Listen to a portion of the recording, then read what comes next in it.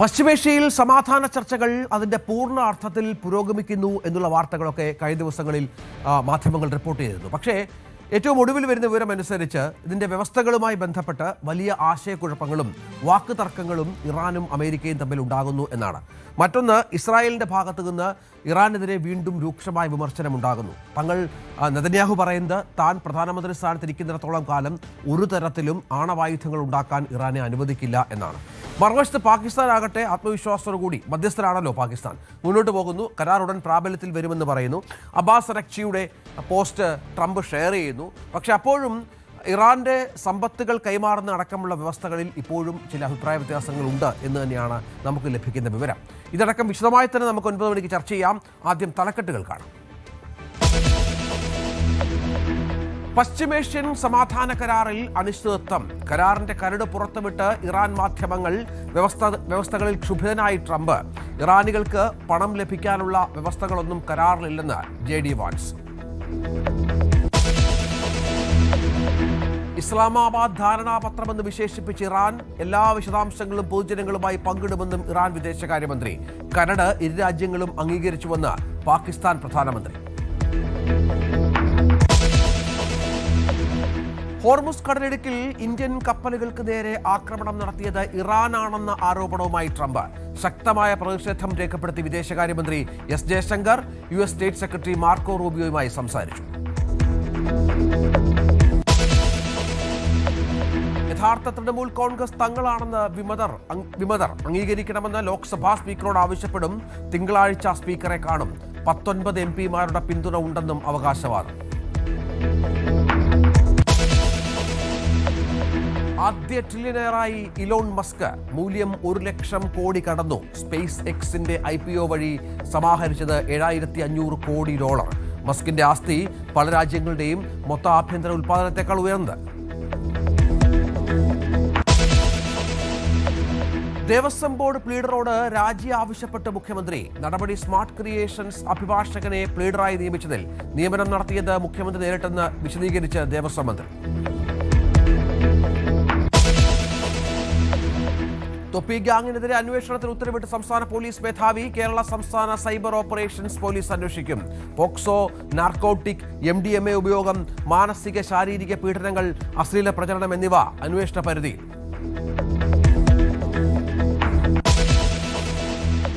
സ്വർണ്ണപ്പാളി കൈമാറ്റ കേസിൽ PS പ്രശാന്തും കുരുക്കിലേക്ക്. പ്രശാന്തിനും മുൻ അംഗം അജികുമാറിനും നോട്ടീസ്. അടുത്ത ആഴ്ച ചോദ്യം ചെയ്യലിന് ഹാജരാകണം. ദേവസ്വം ബോർഡ് മുൻ ഉദ്യോഗസ്ഥൻ മുരാരി ബാബു അന്തരിച്ചു.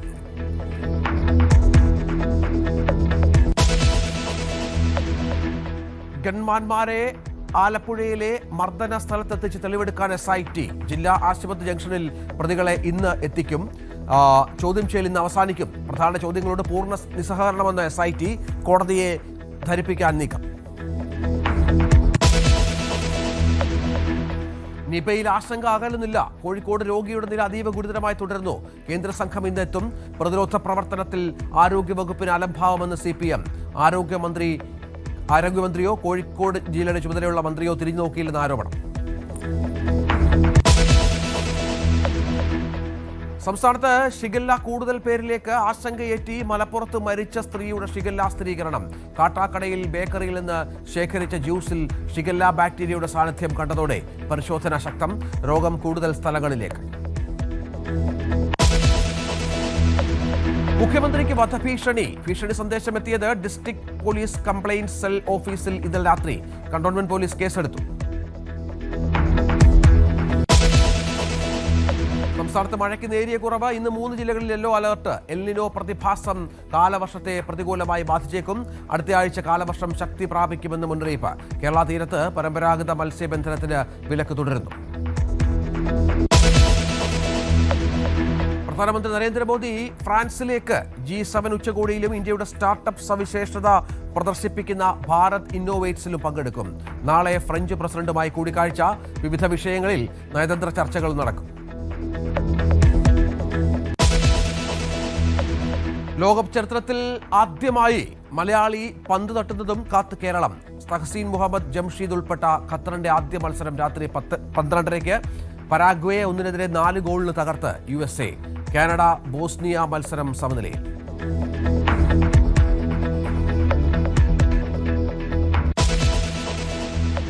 അപ്പോൾ നമുക്ക് വാർത്തകളുടെ വിശദാംശങ്ങളിലേക്ക് കടക്കുമ്പോൾ US-ഉമായുള്ള കരാറിന് തൊട്ടടുത്തെത്തി എന്നാണ് ഇറാന്റെ സ്ഥിരീകരണം ഒക്കെ വന്നിരിക്കുന്നത്. മുമ്പൊരിക്കലും ഇത്രയധികം അടുത്തെത്തിയിട്ടില്ല എന്ന് ഇറാന്റെ വിദേശകാര്യമന്ത്രി അബ്ബാസ് അരാഗ്ചി പറയുന്നത് ഒരു ശുഭസൂചനയായി ലോകരാജ്യങ്ങൾ കാണുന്നുണ്ട്. ആ തർക്കം, ആ പ്രശ്നം അവസാനിക്കാൻ, ലോകരാജ്യങ്ങളെയെല്ലാം വല്ലാത്ത പ്രതിസന്ധിയിലാക്കിയ പശ്ചിമേഷ്യൻ പ്രശ്നം അവസാനിക്കാൻ ഇതൊരു കാരണമാകും എന്നുള്ള ആത്മവിശ്വാസം ലോകരാജ്യങ്ങൾക്കുണ്ടാകും. അതേസമയം കരാറിന്റെ ഉള്ളടക്കത്തെക്കുറിച്ച് ഊഹാപോഹങ്ങളിൽ നിന്ന് മാധ്യമങ്ങൾ വിട്ടുനിൽക്കണമെന്ന് ഇറാൻ പറയുമ്പോഴും ഇറാൻ മാധ്യമങ്ങൾ ഇതുമായി ബന്ധപ്പെട്ട ചില കാര്യങ്ങളൊക്കെ പുറത്തുവിട്ടിരുന്നു. അതിലൊന്ന്, ഇറാന്റെ അമേരിക്ക അടക്കമുള്ള രാജ്യങ്ങൾ പിടിച്ചുവെച്ച സ്വത്തുവകകൾ വിട്ടു നൽകാൻ ഈ കരാറിൽ ധാരണയുണ്ട് എന്നുള്ളതാണ്. അത് പക്ഷേ പൂർണ്ണമായും അത്തരമൊരു കാര്യം പുറത്തു വന്നതും കൂടി ട്രംപിനെ അത് ചൊടിപ്പിച്ചിരിക്കുകയാണ്. ട്രംപും JD വാൻസും മറ്റും ഇതിനെതിരെ രംഗത്ത് വരികയാണ്. അത്തരമൊരു ധാരണ പോലും ആ കരാറിലില്ല എന്ന് പറഞ്ഞു വെക്കുമ്പോൾ അതിനെ ഇറാൻ എങ്ങനെ കാണും എന്നുള്ളത് ഏറ്റവും പ്രധാനപ്പെട്ട ഒന്നാണ്. ഇറാന്റെ മാധ്യമങ്ങൾ വന്ന വിവരങ്ങൾക്കെതിരെ അതിശക്തമായ ഭാഷയിലാണ് ട്രംപ് സംസാരിച്ചത്. ഇരു രാജ്യങ്ങളും തമ്മിൽ ലിഖിതമായി അംഗീകരിച്ചിട്ടുള്ള വ്യവസ്ഥകളുമായി യാതൊരു ബന്ധവുമില്ലെന്ന് ട്രംപ് പറയുന്നു. ഇപ്പോഴും തർക്കങ്ങളും അസ്വാരസ്യങ്ങളും നിലനിൽക്കുന്നുണ്ട്.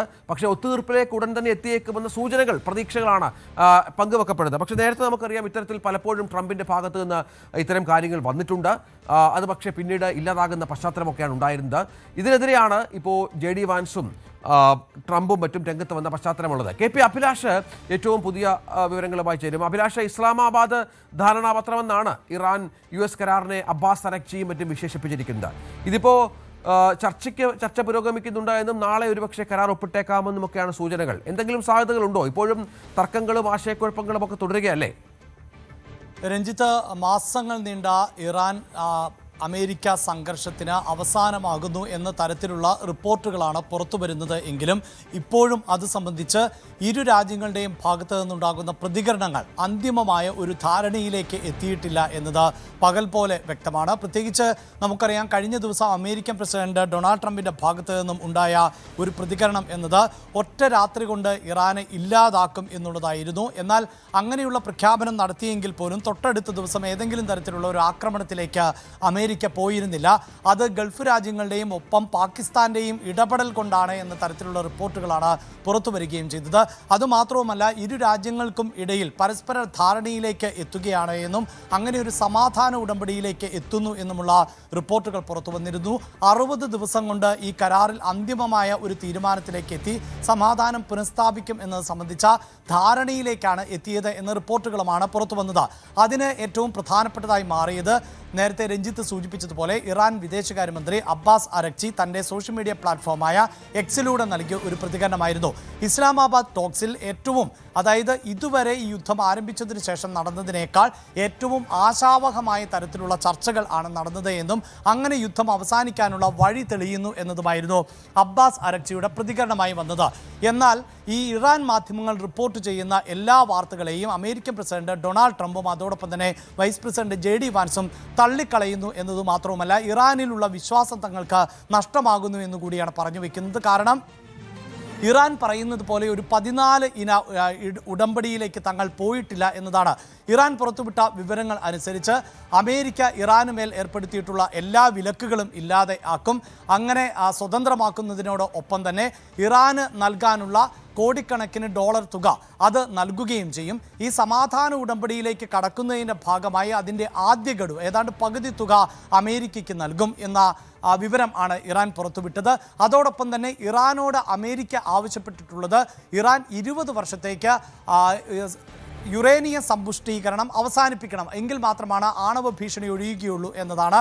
10 വർഷത്തേക്ക് എന്ന ഏകദേശ ധാരണയിലേക്ക് എത്തിയിട്ടുണ്ട് എന്നത് ഉൾപ്പെടെയുള്ള വിവരങ്ങൾ. ഒപ്പം ഹിസ്ബുള്ളയെ ഒരു കാരണവശാലും, തീവ്രവാദ സംഘടനയായ ഹിസ്ബുള്ളയെ ഒരു കാരണവശാലും സഹായിക്കരുത്, ഇങ്ങനെയുള്ള ആവശ്യങ്ങൾ ആണ് അമേരിക്ക മുന്നോട്ട് വെച്ചിട്ടുള്ളത് എന്നും ഇതിൽ ഏകദേശ ധാരണയായിട്ടുണ്ട് എന്നുമാണ് ഇറാൻ മാധ്യമങ്ങൾ റിപ്പോർട്ട് ചെയ്യുന്നത്. എന്നാൽ ഇതിനെ പൂർണ്ണമായും തള്ളിക്കളയുകയാണ് അമേരിക്ക എന്നത് മാത്രവുമല്ല, എങ്ങനെയാണ് രണ്ട് രാജ്യങ്ങൾ തമ്മിൽ അന്തിമ അന്തിമമായി എത്താത്ത ഒരു ധാരണയെ സംബന്ധിച്ച വിവരങ്ങൾ ഇറാൻ ഭരണകൂടം മാധ്യമങ്ങൾക്ക് ഇത്തരത്തിൽ ചോർത്തി നൽകുന്നത് എന്ന ചോദ്യം ആണ് അമേരിക്ക ഉയർത്തുന്നത്. അതുമാത്രവുമല്ല, ഇതെല്ലാം പച്ചക്കള്ളം എന്ന് അമേരിക്ക പറയുകയാണ്. ഇത്തരത്തിൽ അതായത് സമാധാനം പുനഃസ്ഥാപിക്കുന്നതിന് വേണ്ടി ഏതെങ്കിലും തരത്തിലുള്ള സാമ്പത്തിക സഹായം തങ്ങൾ ഇറാന് ചെയ്യുമെന്ന് ഒരു ഉറപ്പും നൽകിയിട്ടില്ല എന്നാണ് അമേരിക്കൻ പ്രസിഡന്റ് ഡൊണാൾഡ് ട്രംപ് തന്റെ സോഷ്യൽ മീഡിയ പ്ലാറ്റ്ഫോമിലൂടെ വ്യക്തമാക്കുന്നത്. അതിനെ ശരിവെച്ചുകൊണ്ടുള്ള ഒരു പ്രതികരണം JD വാൻസിന്റെ ഭാഗത്ത് നിന്നും ഉണ്ടാവുകയും ചെയ്യുന്നു. ഒപ്പം അമേരിക്കയുടെ ഭാഗത്ത് നിന്ന് ഇപ്പോൾ പുറത്തുവരുന്ന വിവരങ്ങൾ ഇപ്രകാരമാണ്: ഇറാന്റെ ആണവ സാമഗ്രികൾ നശിപ്പിക്കുക, ആണവ പദ്ധതി പൂർണ്ണമായും നിർത്തലാക്കുക, ഇതിന്റെ അടിസ്ഥാനത്തിൽ മാത്രം, അതായത് പൂർണ്ണമായും ആണവ പദ്ധതി അവസാനിപ്പിച്ചാൽ മാത്രം പണം അനുവദിക്കും, ഹോർമോസ് കടലിടുക്ക് ഗതാഗതം, അതായത് ഇപ്പോൾ നമുക്കറിയാമല്ലോ പൂർണ്ണമായും ഗതാഗതം തടസ്സപ്പെടുത്തിയിരിക്കുന്നു. ഇനി ഗതാഗതം പുനഃസ്ഥാപിച്ചാൽ പോലും ഇറാന് ചുങ്കം നൽകുകയോ ഇറാന്റെ നിയന്ത്രണത്തിലോ ആയിരിക്കുമെന്നുള്ളതാണ് ഇറാന്റെ അവകാശവാദം. അങ്ങനെയല്ല, നമുക്കറിയാം അഭിലാഷ്, പാകിസ്ഥാനാണ് ഈ ധാരണാപത്രവുമായി ബന്ധപ്പെട്ട് ചർച്ചകൾ നടത്തുന്നത്. ഇപ്പോൾ ഇരു രാജ്യങ്ങളും അംഗീകരിച്ചു ഈ കരട് എന്നാണ് പാകിസ്ഥാൻ പ്രധാനമന്ത്രി ഷഹബാസ് ഷെരീഫ് അടക്കം വ്യക്തമാക്കുന്നത്. അടുത്ത ഘട്ടം എന്താണെന്ന് ഉടൻ തീരുമാനിക്കുമെന്നും പറയുന്നുണ്ട്. ഇതോടെ 3 മാസത്തിലേറെ നീണ്ടു നിൽക്കുന്ന യുദ്ധം അവസാനിക്കുമെന്ന പ്രതീക്ഷയും മറ്റുമുണ്ട്. ഒപ്പം അബ്ബാസ് അരക്ജിയും ഇത് സമ്മതിക്കുന്നുണ്ട്.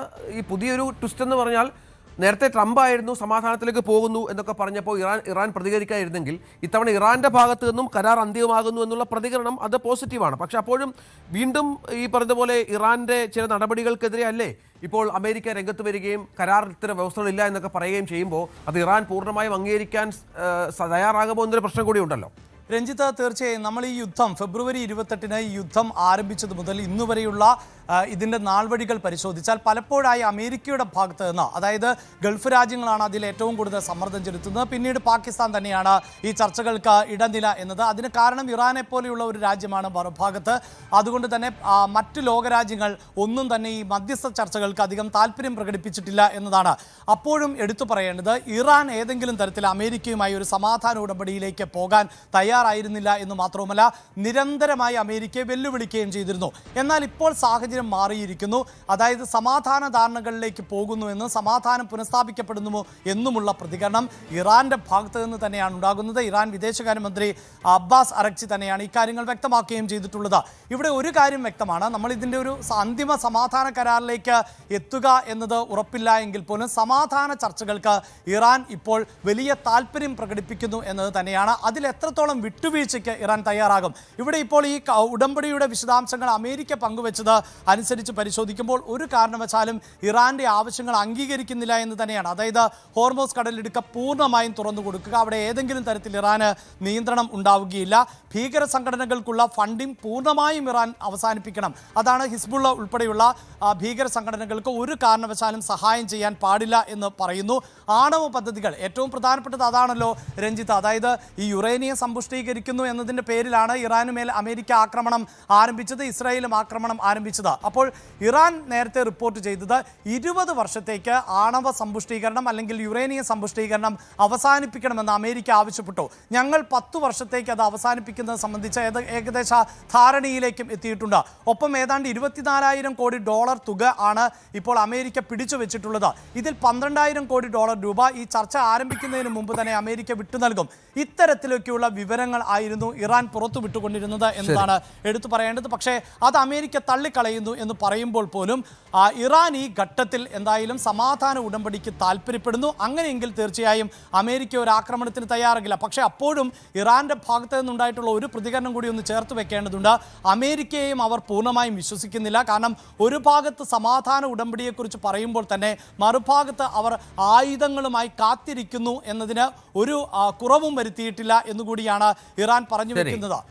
അഭിലാഷാണ് വിവരങ്ങൾ പങ്കുവെച്ചുകൊണ്ടിരിക്കുന്നത്. ഏതായാലും സമാധാനം ഒരു ഭാഗത്ത് പുലർന്നു എന്ന് പറയുമ്പോഴും ട്രംപിൻ്റെ തനി സ്വഭാവം, പ്രത്യേകിച്ച് അമേരിക്കയുടെ തനി സ്വഭാവം അവർ എടുക്കുന്നുണ്ട്. ഇറാൻ്റെ പല കാര്യങ്ങളും വിട്ടു നൽകില്ല എന്നും മറ്റും പറയുന്നു. സമ്പത്തടക്കമുള്ള കാര്യങ്ങൾ തർക്കം തുടരുന്നു. മറ്റൊരു പ്രധാനപ്പെട്ട കാര്യം, കഴിഞ്ഞ ദിവസമാണ് ഹോർമുസ് കടലിടുക്കിൽ വെച്ച് ഇന്ത്യയുടെ കപ്പലുകൾ തുടർച്ചയായി ആക്രമിക്കപ്പെട്ടത്. 3ഓളം കപ്പലുകൾക്ക് നേരെ ആക്രമണം 4 ദിവസങ്ങൾക്കുള്ളുണ്ടായിരുന്നു. ഇതിപ്പോൾ ട്രംപ് ആരോപിക്കുന്നത് ഈ ആക്രമണം നടത്തിയത് ഇറാനാണ് എന്ന ആരോപണവുമായി ട്രംപ് വരുന്നത് ഏറ്റവും ഗൗരവതരമായ ഒരു കാര്യമാണ്. ആക്രമണത്തിൽ നേരത്തെ നമുക്കറിയാം, ഇന്ത്യ അമേരിക്കൻ നയതന്ത്രജ്ഞനെ 2 തവണ വിളിച്ചു വരുത്തി കടുത്ത പ്രതിഷേധം അറിയിച്ചിരുന്നു. പിന്നാലെയാണ് ട്രംപിൻ്റെ ഈ പ്രതികരണം വരുന്നത്. അമേരിക്കയാണ് ആക്രമണത്തിന് പിന്നിലെന്നായിരുന്നു ഇന്ത്യ അത്തരത്തിൽ മനസ്സിലാക്കിയത്. അമേരിക്കയുടെ ആക്രമണമാണ് സംഭവിച്ചതും അങ്ങനെ നമ്മുടെ 3 നാവികർ കൊല്ലപ്പെടുന്നതിന് പശ്ചാത്തലമൊക്കെ ഉണ്ടായി. ഈ 4 ദിവസത്തിനിടെ ഇന്ത്യൻ നാവികരടങ്ങിയ 3 കപ്പലുകൾ ഇതുപോലെ ആക്രമിക്കപ്പെട്ടു.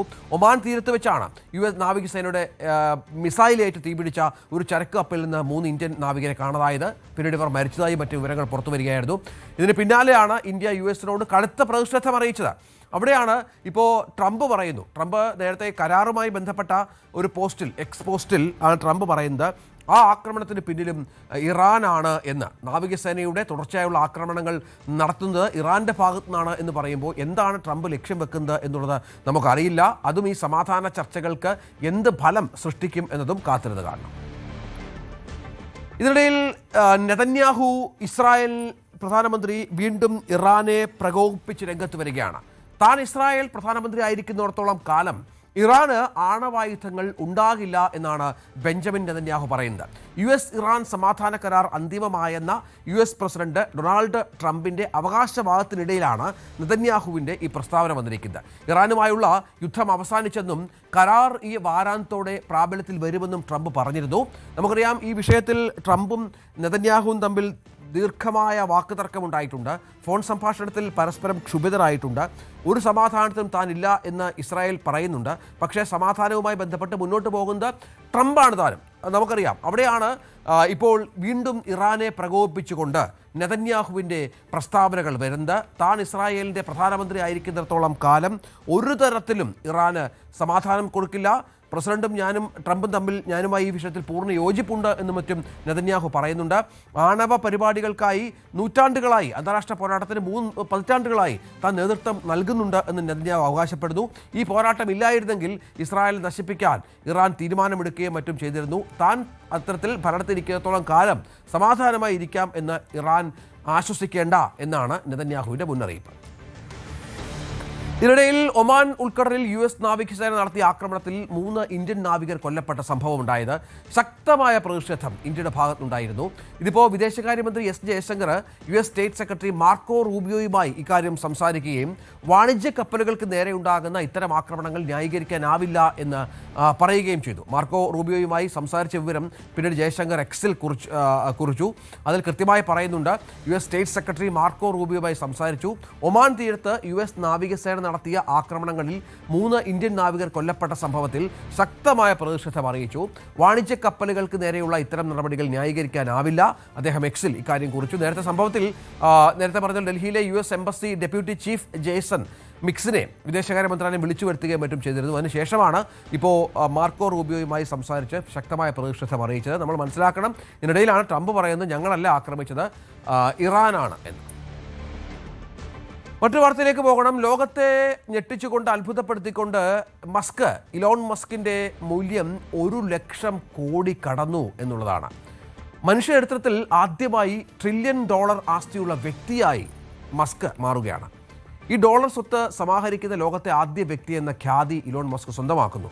മസ്കിൻ്റെ പ്രമുഖ ബഹിരാകാശ ഗവേഷണ കമ്പനിയായ സ്പേസ് എക്സിൻ്റെ IPO പ്രാഥമിക ഓഹരി വിൽപ്പന പുറത്തിറക്കിയതിന് പിന്നാലെയാണ് ഇലോൺ മസ്കിനെ ഈ സ്വപ്ന നേട്ടത്തിലേക്ക് നയിച്ച ആസ്തി വർധനവുണ്ടായത്. ഇതോടെ ലോകത്തിലെ ഏറ്റവും മൂല്യമേറിയ കമ്പനികളിൽ ഒന്നായി സ്പേസ് എക്സ് മാറുകയും ചെയ്തു. IPO വഴി ഏതാണ്ട് $75 ബില്യൺ മൂല്യമുള്ള ഓഹരികളാണ് സ്പേസ് എക്സ് വിറ്റഴിച്ചത്.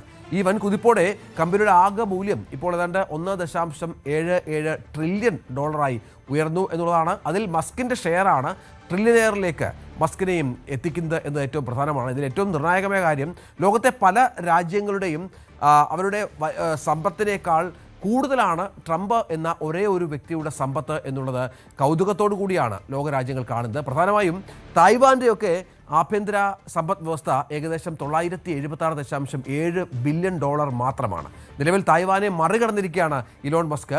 ഇന്ത്യയുടെ GDPയുടെ ഏകദേശം 4/1 തുല്യമാണ് മസ്കിൻ്റെ സമ്പത്തെന്നും അത് പ്രധാനപ്പെട്ട ഒരു കണക്കാണ്. അങ്ങനെ എല്ലാ മേഖലകളിലും തൻ്റെ സാന്നിധ്യം അറിയിച്ചുകൊണ്ട് നിർമ്മിത ബുദ്ധി അടക്കമുള്ള സ്ഥലങ്ങളിൽ ബഹിരാകാശത്ത് ഡ്രൈവറില്ലാ കാറുകൾ അങ്ങനെ എന്തൊക്കെ സാധ്യതകളാണ് മസ്ക് ലോകത്തിനെ കാണിച്ചു കൊടുത്തിട്ടുള്ളത്. അങ്ങനെ മസ്ക് ഇപ്പോൾ ഏറ്റവും വലിയ സമ്പന്നനായ വ്യക്തിയായി മാറുന്ന പശ്ചാത്തലം കൗതുകകരമാണ്.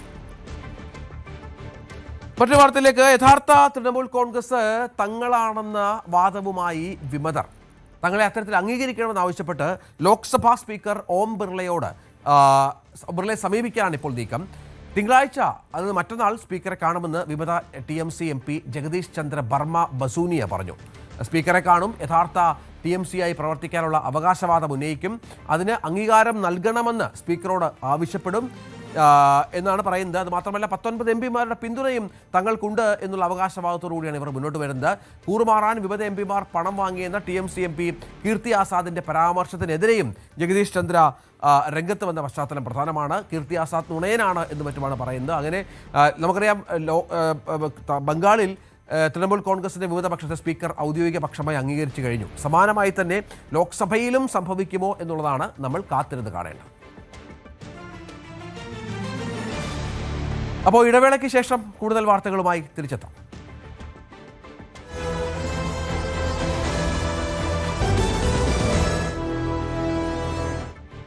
ദേവസ്വം ബോർഡ് പ്ലീഡറായി നിയമിതനായ സ്മാർട്ട് ക്രിയേഷൻസ് അഭിഭാഷകൻ അഡ്വക്കേറ്റ് KB പ്രദീപ് രാജിവെച്ചു. മുഖ്യമന്ത്രിയുടെ നിർദ്ദേശത്തോടെയാണ് രാജി.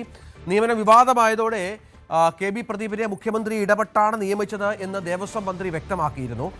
അതേസമയം ഈ വിഷയം കോൺഗ്രസിനുള്ളിൽ തന്നെ വലിയ വിവാദമായി മാറിയ പശ്ചാത്തലമൊക്കെ ഉണ്ട്.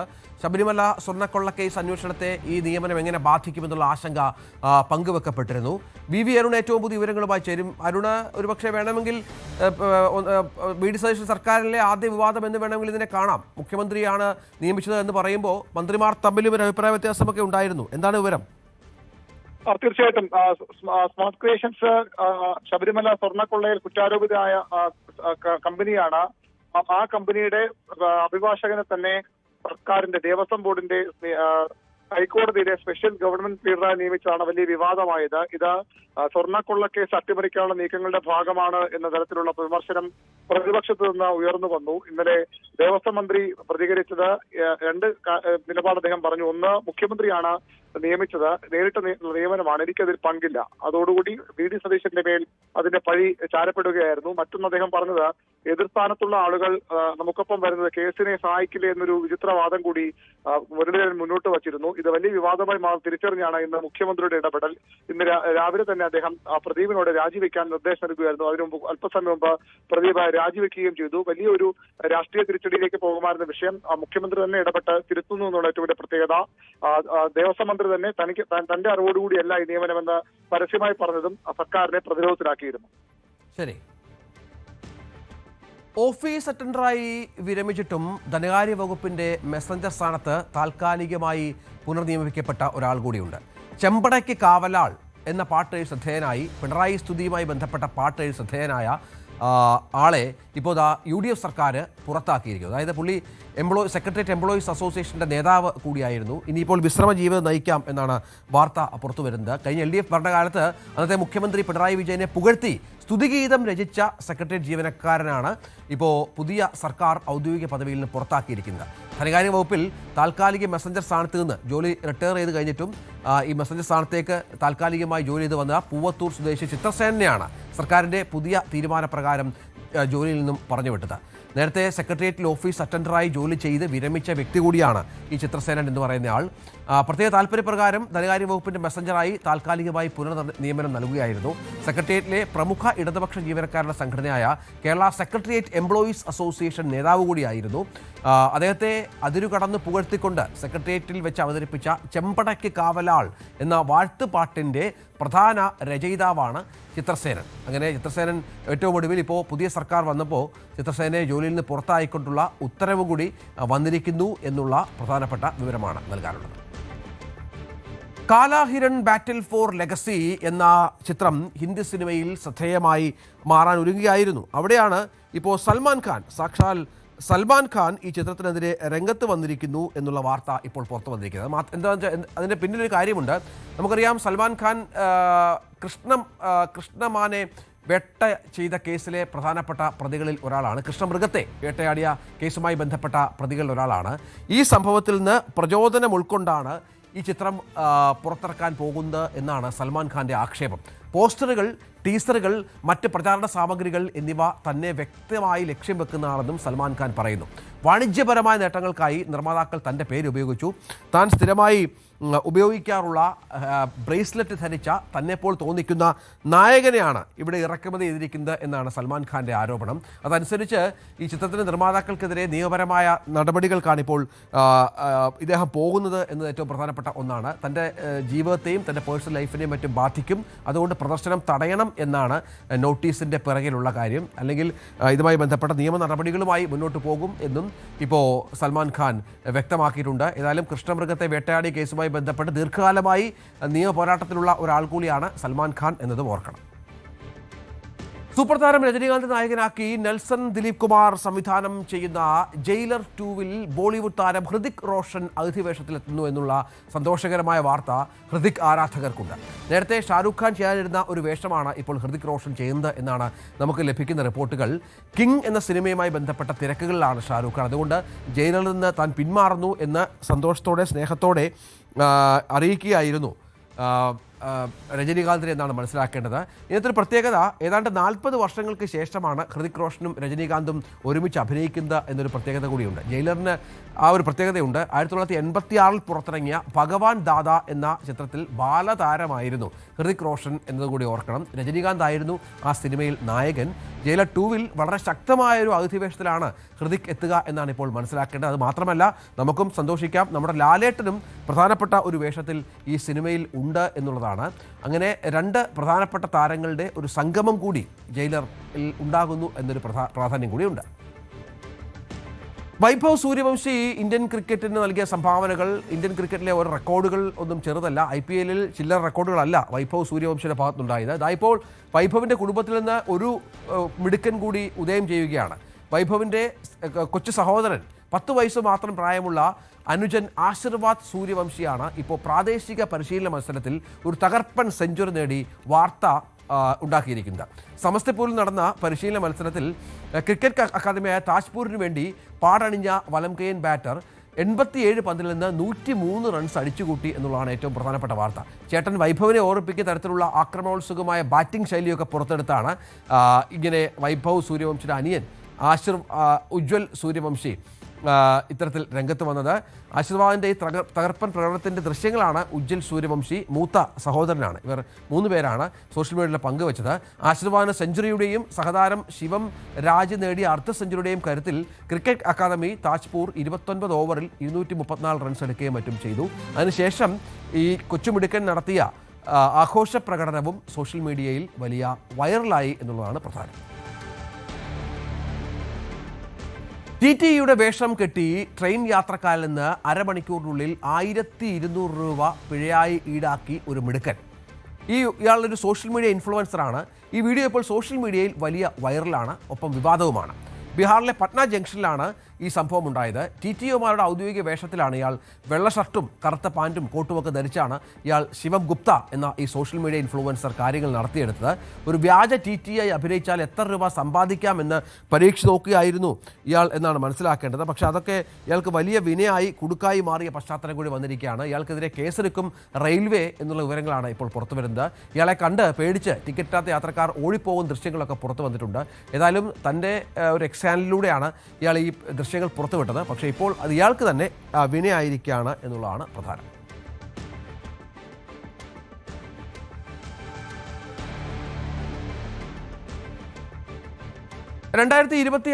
ഫിഫ ലോകകപ്പ് നമുക്കറിയാം ആവേശകരമായി ഇപ്പോൾ നടക്കുകയാണ്. പക്ഷേ സ്റ്റേഡിയങ്ങളിലെ ഒഴിഞ്ഞ ഇരിപ്പിടങ്ങളും ഫിഫ ലോകകപ്പുമായി ബന്ധപ്പെട്ട് ചർച്ച ആവുകയാണ്. ഉദ്ഘാടന മത്സരം നടന്ന മെക്സിക്കോ സിറ്റിയിലെ ആസ്റ്റെക്ക സ്റ്റേഡിയത്തിൽ 80,000-ലധികം കാണികൾ എത്തിയിരുന്നുവെങ്കിലും ഗ്വാഡലഹാരയിൽ നടന്ന ദക്ഷിണ കൊറിയ ചെക്ക് റിപ്പബ്ലിക് മത്സരത്തിൽ കാണികൾ എത്തിയില്ല. ഗാലറികൾ പലയിടത്തും ഒഴിഞ്ഞു കിടന്നു.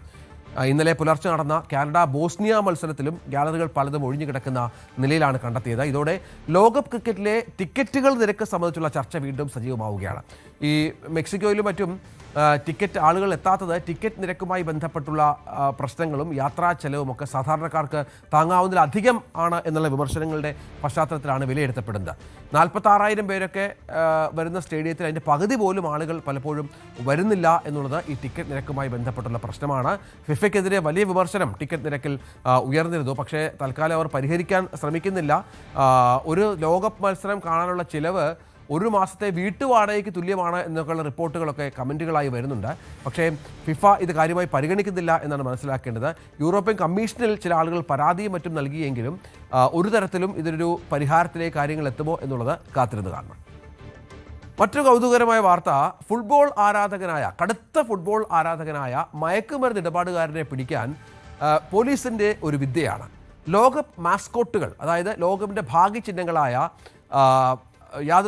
ഭാഗ്യചിഹ്നങ്ങളുടെ വേഷമണിഞ്ഞാണ് ഈ കടുത്ത ഫുട്ബോൾ ആരാധകനെ പെറു പോലീസ് പിടിച്ചത് എന്നുള്ളത് കൗതുകകരമായ ഒന്നായി. മേപ്പിൾ, സായു, ക്ലച്ച് എന്നീ 3 മാസ്കോട്ടുകൾ ഭാഗ്യചിഹ്നങ്ങളാണ് വേൾഡ് കപ്പിലുള്ളത്. ഈ വേഷത്തിലാണ് പോലീസുകാരെത്തി ഇയാളെ പിടികൂടിയത്. ഇയാൾ ഈ ഫുട്ബോൾ നടക്കുന്ന സ്ഥലങ്ങളിലൊക്കെ അലഞ്ഞു തിരിയുന്ന ഒരാളാണ്. ഇയാൾ നേരിട്ട് കണ്ടാൽ രക്ഷപ്പെടാനൊക്കെയുള്ള പോലീസ് വേഷത്തിലെത്തി രക്ഷപ്പെടാനൊക്കെയുള്ള സാധ്യതകൾ കണക്കിലെടുത്താണ് ഇത്തരത്തിൽ ഈ വേഷത്തിൽ ഇവരെത്തുകയും യാതൊരു സംശയവും തോന്നിക്കാതെ അയാളെ സമീപിക്കുകയും സ്ക്വാഡ് അംഗങ്ങളെ ലോകകപ്പ് മാസ്കോട്ടുകളുടെ വേഷം ധരിപ്പിക്കാൻ തീരുമാനിക്കുകയും ചെയ്തത് എന്നാണ് പോലീസ് ഉദ്യോഗസ്ഥർ പറയുന്നത്. ഈ ദൃശ്യങ്ങൾ സോഷ്യൽ മീഡിയയിൽ വൈറലായിട്ടുണ്ട്. ഒരു കെട്ടിടത്തിന് മുകളിൽ വെച്ചാണ് ഇയാളെ കീഴ്പ്പെടുത്തുന്നത്. 2026 ലോകകപ്പിന് മുൻപ് 3 ആതിഥേയ രാജ്യങ്ങളെ പ്രതിനിധീകരിക്കുന്നതാണ് 3 മാസ്കോട്ടുകൾ. പെറുവിന് ഇതിൽ യോഗ്യത ആയില്ല. പക്ഷേ ഈ മാസ്കോട്ട് പോലീസിൻ്റെ വിക്രിയകൾ സോഷ്യൽ മീഡിയയിൽ വലിയ വൈറലായിരിക്കുക. കഴിഞ്ഞ ദിവസങ്ങളിലൊക്കെ സോഷ്യൽ മീഡിയയിൽ വന്ന വലിയൊരു വാർത്ത, ഈ ഹോട്ടലുകളിൽ പൊറോട്ടയ്ക്കൊപ്പം ചാറ് നൽകേണ്ടതില്ല എന്നുള്ള എറണാകുളം ജില്ലാ ഉപഭോക്തൃ കമ്മീഷൻ്റെ ഉത്തരവാണ്.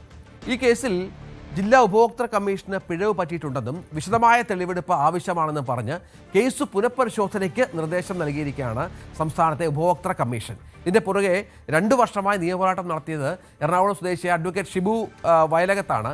ഏതായാലും ഷിബു വയലകത്തും ഇതുമായി ബന്ധപ്പെട്ട് താല്പര്യമുള്ളവരൊക്കെ പൊറോട്ട പ്രേമികളാണ്. അതിൻ്റെ ഫലമായി ഗ്രേവി സൗജന്യമായി നൽകേണ്ടതില്ല എന്ന ഉത്തരവിനെതിരെയാണ് ഇപ്പോൾ സംസ്ഥാന ഉപഭോക്തൃ കമ്മീഷൻ്റെ തീരുമാനം വന്നിരിക്കുന്നത്. റെസ്റ്റോറൻറ്റിന് പ്രത്യക്ഷമായോ പരോക്ഷമായോ യാതൊരുവിധ കരാർ ബാധ്യതയില്ലെന്നാണ് 2025 മെയ് 19 ജില്ലാ കമ്മീഷൻ പരാതി തള്ളിക്കൊണ്ട് പറഞ്ഞത്. തുടർന്ന് സംസ്ഥാനത്തെ പല ഹോട്ടലുകളും പൊറോട്ടയ്ക്കൊപ്പം ചാറ് നൽകേണ്ടതില്ല തീരുമാനത്തിലേക്ക് എത്തി. 2024 നവംബർ 9 എറണാകുളം സ്വദേശിയായ ഷിബു സുഹൃത്തിനൊപ്പം ഒരു കോളഞ്ചേരിയിലെ ഒരു റെസ്റ്റോറൻറ്റിൽ ഭക്ഷണം കഴിക്കാനായി എത്തിയത്. പൊറോട്ടയും ബീഫ് ഫ്രൈയും ഓർഡർ ചെയ്ത ഇവർക്ക് റെസ്റ്റോറൻറ്റ് അധികൃതർ ഗ്രേവി നൽകാൻ കൂട്ടാക്കിയില്ല. തുടർന്നാണ് ഷിബു പരാതി നൽകുകയും നവംബർ 20 താലൂക്ക് സപ്ലൈ ഓഫീസർ റെസ്റ്റോറൻറ്റിൽ പരിശോധന നടത്തുകയും ഗ്രേവി നൽകിയില്ലെന്ന് സ്ഥിരീകരിക്കുകയും ചെയ്തു. തുടർന്ന് സേവനത്തിൽ വീഴ്ച വരുത്തിയെന്ന് കാണിച്ച് ഷിബു ജില്ലാ ഉപഭോക്തൃ കമ്മീഷന് പരാതിയും നൽകുകയായിരുന്നു. മറ്റു വാർത്തയിലേക്ക്, തൊപ്പി ഗ്യാങ്ങിനെതിരെ അന്വേഷണത്തിന് ഉത്തരവിട്ടിരിക്കുകയാണ് ഇപ്പോൾ സംസ്ഥാന പോലീസ് മേധാവി അഡ്വക്കേറ്റ് ശ്രീജിത്ത് പെരുമനയുടെ പരാതിയിലാണ് DGP റവാഡ ചന്ദ്രശേഖർ ഉത്തരവിട്ടിരിക്കുന്നത്. കേരള സംസ്ഥാന സൈബർ ഓപ്പറേഷൻസ് പോലീസ് സൂപ്രണ്ട് ഈ വിഷയം അന്വേഷിക്കുമെന്നാണ് മനസ്സിലാക്കേണ്ടത്. പോക്സോ കേസ്, നാർക്കോട്ടിക് MDMA ഉപയോഗം, മാനസിക ശാരീരിക പീഡനങ്ങൾ, അശ്ലീല പ്രചരണം, സൈബർ കുറ്റകൃത്യങ്ങൾ, അങ്ങനെ ഒരു പിടി ആരോപണങ്ങൾ നേരിടുന്ന ഒരാൾ കൂടിയാണ് തൊപ്പി. ഇയാൾ സമൂഹത്തിന് വലിയൊരു മെനസാണ് എന്ന തരത്തിലുള്ള ആരോപണമൊക്കെ നേരത്തെ വന്നിരുന്നു. ഇപ്പോൾ ഇതടക്കം അന്വേഷിക്കാനാണ് ഉത്തരവിട്ടിരിക്കുന്നത്. നവമി ദിനേശ് വിവരങ്ങളുമായി ചേരും. നവമി, എന്താണ് അന്വേഷണ പരിധിയിൽ വരിക? തൊപ്പി ഒടുവിൽ കുടുങ്ങുമോ?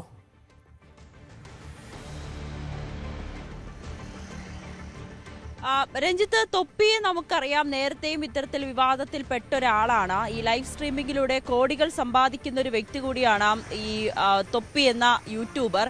ഇപ്പോൾ തൊപ്പിക്കെതിരെയാണ് ഇപ്പോൾ കേസ് വന്നിരിക്കുന്നത്. ശ്രീജിത്ത് പെരുമനയാണ് DGPക്ക് പരാതി നൽകിയിരിക്കുന്നത്. അതിന്റെ അടിസ്ഥാനത്തിൽ DGP അന്വേഷണത്തിന് ഉത്തരവിടുകയും ചെയ്തിട്ടുണ്ട്. എന്തായാലും എവിടെയാണ് ഇതുവരെയ്ക്കും കേസ് രജിസ്റ്റർ ചെയ്തിട്ടില്ല. സൈബർ പോലീസിന്റെ പരിധിയിലാണോ ഈ കേസ് വരുന്നത് എന്നൊക്കെ നമുക്ക് അറിയാവുന്നതേ ഉള്ളൂ. എന്നാൽ നിലവിൽ എവിടെയും തൊപ്പിക്കെതിരെ കേസ് രജിസ്റ്റർ ചെയ്തിട്ടില്ല പോലീസ്.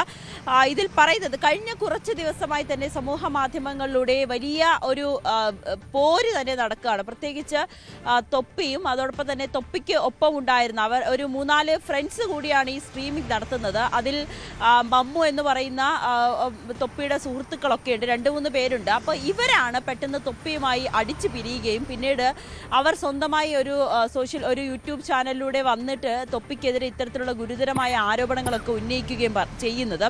അതിൽ പറയുന്നത് പ്രകാരം തൊപ്പി വീട്ടിൽ ലഹരി ഉപയോഗിക്കും, തങ്ങളുടെ വീട്ടിലൊക്കെ തൊപ്പി ലഹരി കടത്താറുണ്ട്, ഒപ്പം തങ്ങളെയൊക്കെ വലിയ രീതിയിൽ ഉപദ്രവിക്കും, തൊപ്പി പണം നൽകില്ല, തൊപ്പിയുടെ അടിവസ്ത്രം പോലും ഞങ്ങളെ കൊണ്ട് കഴിപ്പിക്കും, മുഖത്തൊക്കെ തൊപ്പി അടിക്കും, ഒപ്പം സ്ത്രീകൾക്ക് പല സ്ത്രീകളെയും ആവശ്യപ്പെട്ടതിന് ശേഷം അവർക്ക് പണം കൊടുത്ത് ഒതുക്കുന്ന രീതിയിലേക്കൊക്കെ അതും പ്രായപൂർത്തിയാകാത്ത പെൺകുട്ടികളെയൊക്കെ തൊപ്പി ഇത്തരത്തിൽ ഉപയോഗിക്കുന്നു എന്ന ഗുരുതരമായിട്ടുള്ള പരാമർശങ്ങളൊക്കെയാണ് ഈ തൊപ്പിയുടെ സുഹൃത്തുക്കൾ ഉന്നയിക്കുന്നത്. ഇതിന്റെ അടിസ്ഥാനത്തിലാണ് ഇപ്പോൾ ഒരു ഉത്തരവ് ശ്രീജിത്ത് പെരുമന നൽകിയ പരാതിയിൽ ഉത്തരവ് ഇട്ടിരിക്കുന്നത്. അന്വേഷിക്കണം, ഇതിന്റെ സത്യാവസ്ഥ എന്താണ്, തൊപ്പിക്കെതിരെ കേസെടുക്കാനുള്ള വകുപ്പുകളുണ്ടോ, ഈ സുഹൃത്തുക്കൾ പറയുന്നത് ശരിയാണോ എന്നതൊക്കെ ആയിരിക്കും അന്വേഷിക്കുക. ഇതിൽ പോക്സോ കേസുകൾ, നർക്കോട്ടിക്, MDMA ഉപയോഗം, മാനസിക ശാരീരിക പീഡനങ്ങൾ, അശ്ലീല പ്രചരണം, സൈബർ കുറ്റകൃത്യങ്ങൾ തുടങ്ങിയ ആരോപണങ്ങളാണ് തൊപ്പി എന്ന നിഹാദിനെതിരെ സുഹൃത്തുക്കൾ ഉന്നയിക്കുന്നത്. എന്തായാലും ഇതിലിപ്പോൾ ഒരു അന്വേഷണത്തിലേക്ക് ഉത്തരവിട്ടിരിക്കുകയാണ്. കൂടുതൽ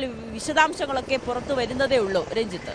ശരി, നവമി ദിനേശ് വിവരങ്ങൾ പങ്കുവച്ചു. ഇനി ഫുട്ബോൾ ലോകകപ്പ് വാർത്തകളുമായി എൽദോ പോൾ ചേരും അല്പസമയത്തിന്.